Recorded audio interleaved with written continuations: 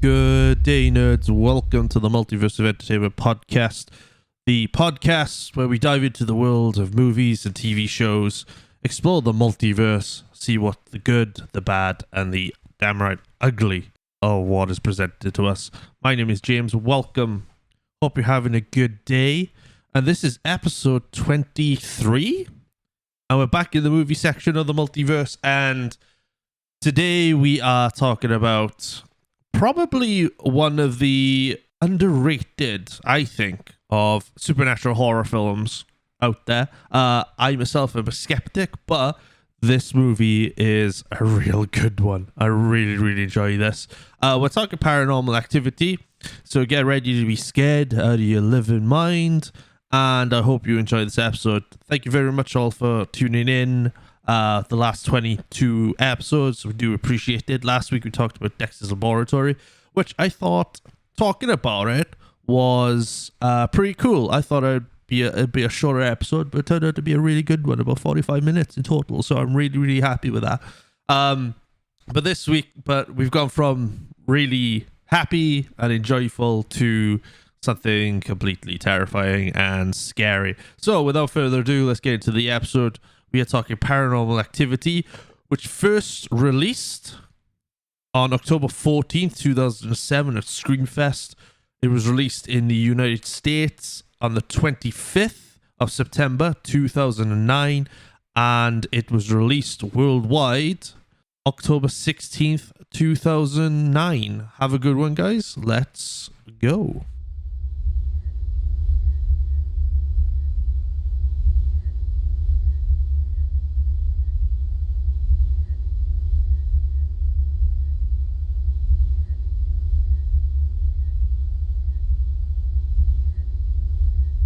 Okay, Paranormal Activity.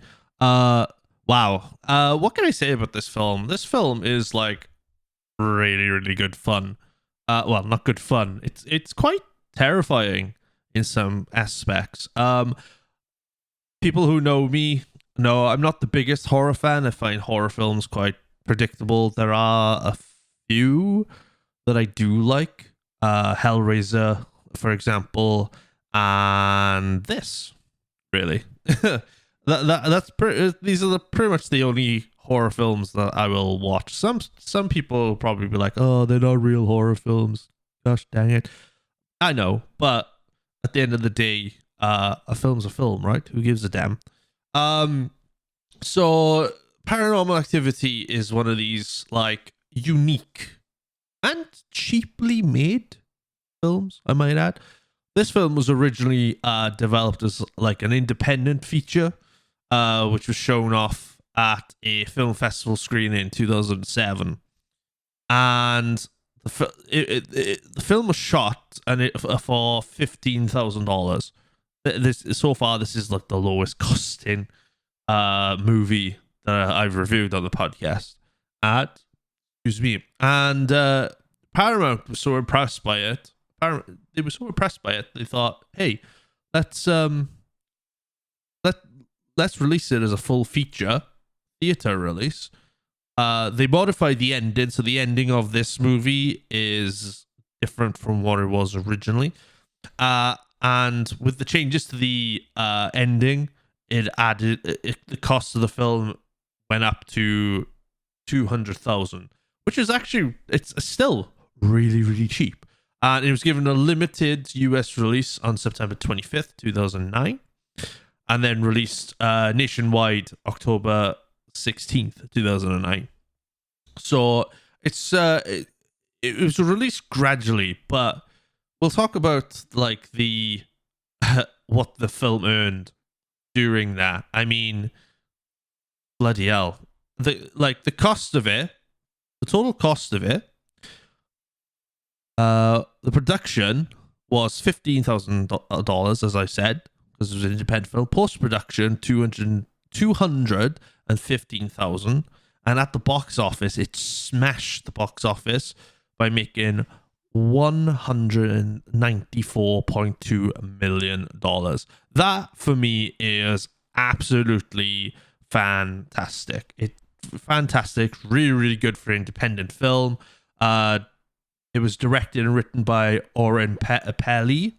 I don't know what other films he's done. I'm guessing he's done the other paranormal films, which we'll talk about subsequently, in the future. Because this is a series that are about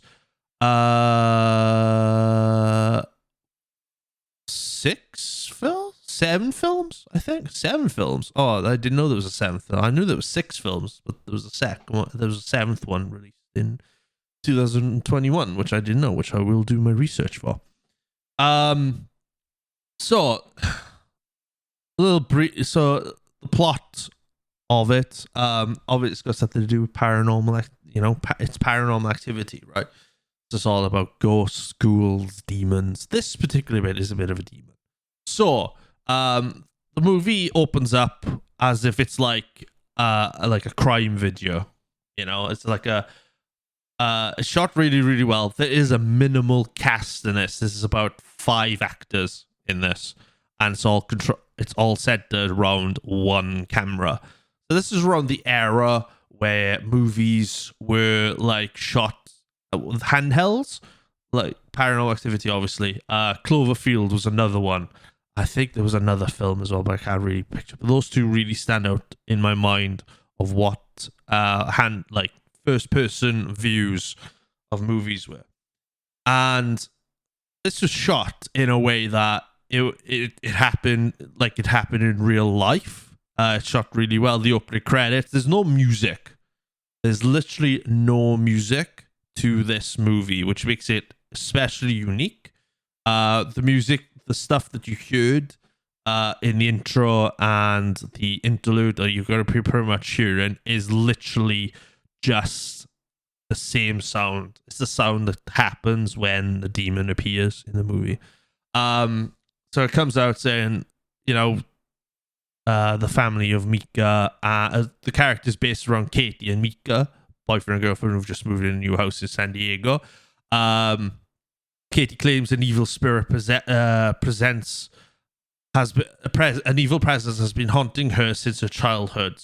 So Mika sets up a camera in the bedroom to record any paranormal activity, hence the name Paranormal Activity, that occurs while they're sleeping. Psychic Dr. Fredericks, I could be saying this wrong, visits Katie and Mika, who suggests Katie is being haunted by a demon that feeds off of negative energy, and it's intent on tormenting her. She says something like this has happened to her when she was young, to her sister Chrissy when they were kids. He advises not to communicate with the demon without a demonologist. But Mika continues to film and seek it out, which obviously is not a good idea. I'm a complete skeptic. These probably do happen in real life, but I'm a skeptic. I don't really want to experience it myself. I know some people will probably be like, "Oh, but you should experience it yourself. You should experience it." I don't really want to experience stuff like that. I believe like if things are meant to be left alone, then leave it alone. And I don't really want to deal with stuff like that. And I think a lot of people will be like, "Yeah, that's true." Other people will just go like, "Oh, he's such a pussy," and I'm like, "Yeah, I am. I don't really want to go ghoul or demon hunting my place. This is a place of solitude. I like here, So they go through this process. Mika is like, no, come on now, let's not call the demonologist. Let's see what we can do about it. See if we can get it away. Obviously, Mika isn't taking it seriously. Katie's like, no, come on, we gotta take this really seriously. But as the movie goes on, you get like little minor things starting to happen through the night. It's all from like a first person perspective, which is really, really, which I love about it. You go through like night 1 where you having like little knocks here and there, a bunch of keys falling on the floor. You think, oh, that's nothing, it's not like they got a ghost there, But then as time goes on, the level of intensity builds up constantly through the movie, which is really, really good and gives this era of this era of intensity, which is constantly built up through the nights and the days. Obviously, they skip a couple of nights because, you know, I think it goes up to like 21 nights. It goes through 21 nights. So you get up to like day 3, and then it skips ahead to day 17, 18, and then that's where the intensity of like the paranormal activity really kicks in. You know, Mika's like, you know, maybe we should buy a Ouija board, and everyone's like, no. The psychic, Katie's friend as well, has said, no, let's not do it. You know, he promises her not to do it, and he's like, yeah, no worries. After a while, you know, you see the door starting to move, and then you're hearing grunts and speeches. One night, Katie ends up in a trance, so she like sits up very gradually, sluggishly. It's like she's sleepwalking. She stands up on the side of the bed, just staring at Mika. Just literally stands there, and the time goes really, really fast as well. And then it stops after a while. It goes back to normal time, and then she just slowly walks down the stairs. And then it's like a good couple of minutes of just Mika on his own in bed. And all of a sudden the camera pans. Mika's got the camera, he's looking for Katie. Katie's outside. She's like, I don't want to come in. And then everything starts kicking off again. TV comes on abruptly, really loud with static, and Katie's back in. Katie doesn't know what's going on, obviously, because she's in a trance. She doesn't know what to do. And she doesn't even recall it the next day, which is actually really terrifying. But then Mika then breaks his promise, brings a Ouija board home. The couple leave the house. The couple are meant to go out. Katie's furious. They argue, and then all of a sudden, unforeseen forces happen. Like there's a gust of wind come in, and then the Ouija board moves, and then Lanchester's on fire. They come back. They realize what happens. You know, Katie's really, really pissed off at this point, and she should be. I think Mika kind of comes across as a bit of a dick in this, you know, because of how serious it is. It shows his like level of skepticism about the situation. However, they decide that after the Ouija board happens, you know, they decide then. They decide. Well, Mika's like, right, let's do this experiment and let's see what we go. So they like baby powder on the floor and whatnot. And while they're sleeping through the night, the demon obviously walks through, and they're all freaked out because they can see the footprints. Obviously, it's not human. And then they realize there's a noise coming from upstairs. Above them in the attic, and Mika finds a burnt photo of Katie, which Katie hasn't seen in like 15 years, which was from her house fire. And she's obviously distraught, doesn't know what to do. The next day, she tries and calls the demonologist, but the demonologist is out of country, so they call the psychic back again. But as soon as the psychic comes, he's like, "Oh, I can't help you out here because like the forces of evil here is really, really bad." So he abruptly leaves, and it gets more and more intense as we go on here as well. By night 20, you're obviously getting like, you know, the demons walking, running, screaming, slamming doors, hitting doors. You know, by the 20th night, Katie's like pulled out of bed by an unseen force, and Mika tries to get her back, which she does successfully, but realizes in the morning that Katie's actually been bit by something, which motivates him to get out of the house, but Katie abruptly insists staying in. And then there's this freaky scene where she's like, "I don't want to go anywhere anymore," lying in bed, and then all of a sudden her voice is normal, but there's also another voice behind it as well, and it's quite freaky. And she just smiles in like this weird way, which is obviously not her. Doesn't seem like hers, but this is not really hers. It feels like it's somebody else's, and then she goes back to sleep. And obviously, Katie gets out of bed, stares at, by the night 21, which is like the final night. Katie gets out of bed really abruptly this time. Stares at Mika for 2 hours. Literally stares at her for 2 hours. The bedclothes move by an unseen force. And she goes downstairs, and all of a sudden you hear this blood curdling scream. Oh, that freaked me out. Oh, sorry. Brief cutout there. My computer went to sleep as I was talking about that, so that really freaked me out a little bit. You hear this blood curdling screams, and then Mika obviously runs down.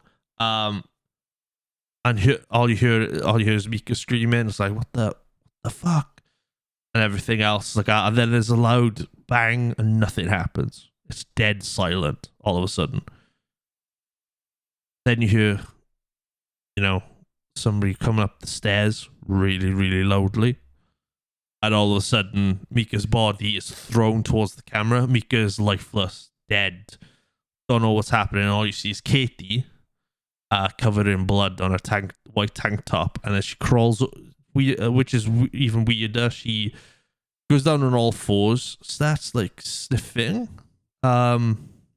She crawls over Mika's body and looks like sniffs the body, and then looks up at the camera, goes up to the camera, grins, and then the last scene of the movie is Katie just lunges at the camera, and her first thing is demonic, and then cuts out to black, and then the epilogue text states that Mika's body is discovered by the police and Katie is missing.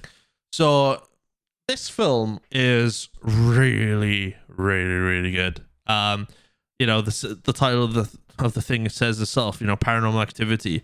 That's what happens when you sleep. Don't see it alone, and it gives you a bit of the heebie-jeebies, Does stuff like this happen in real life? I don't know. Probably. But it's one of those it's one of those films where it depicts fiction to reality as well, right? Blair Witch Project, that's the other film that's handheld cameras as well. And Close Encounters as well. Close Encounters is another good film. This movie is like quite a unique film for what it is, and it's also really, really really creepy at the same time.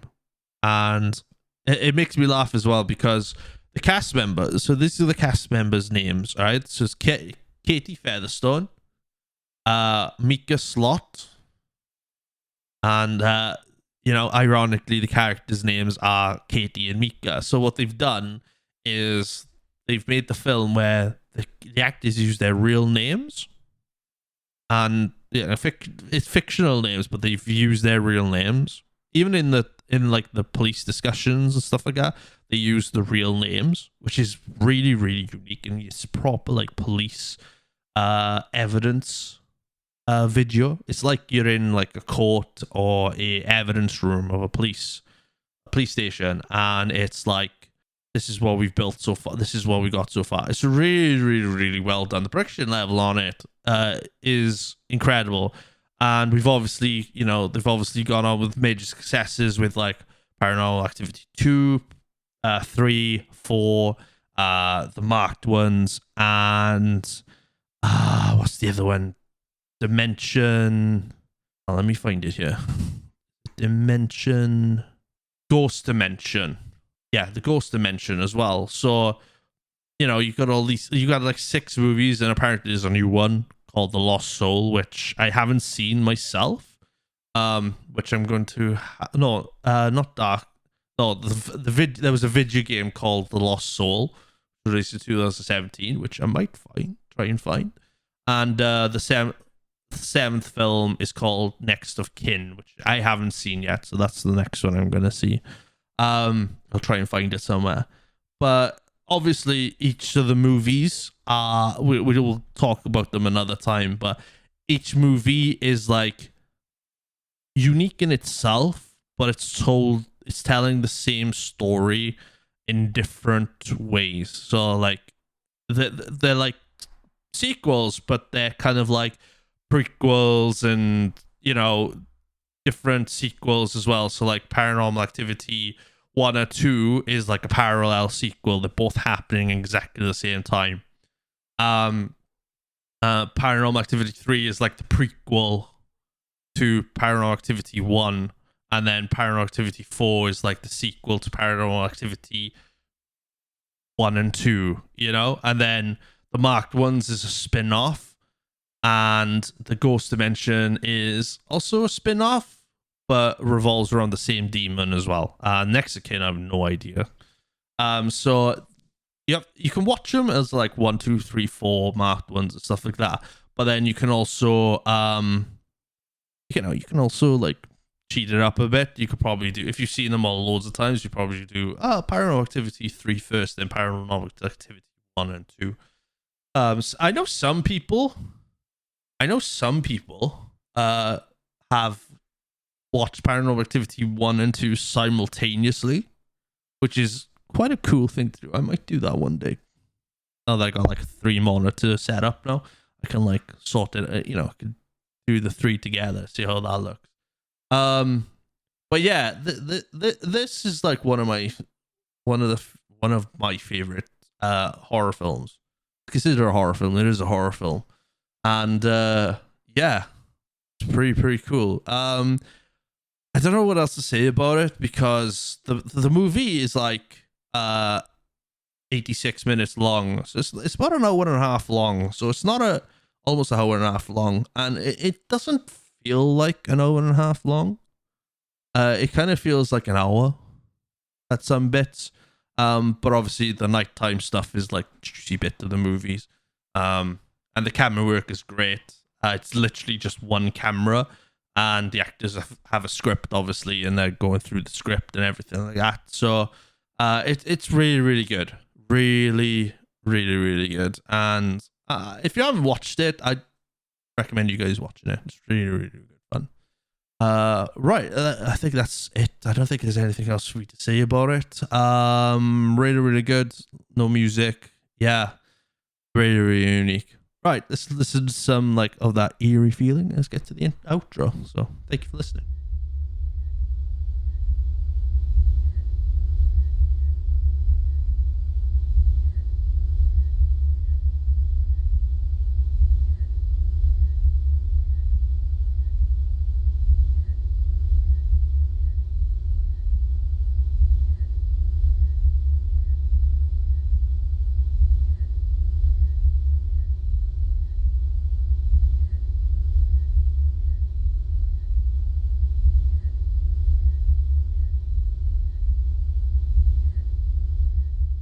And that's it, ladies and gentlemen. Thank you very much for listening. This is episode 23 of the Multiverse of Entertainment podcast, where we're talking about Paranormal Activity.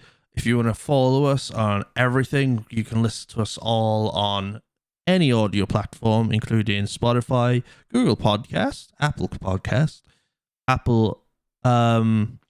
Amazon Music. I will get these right eventually. My God, I'm so bad at these.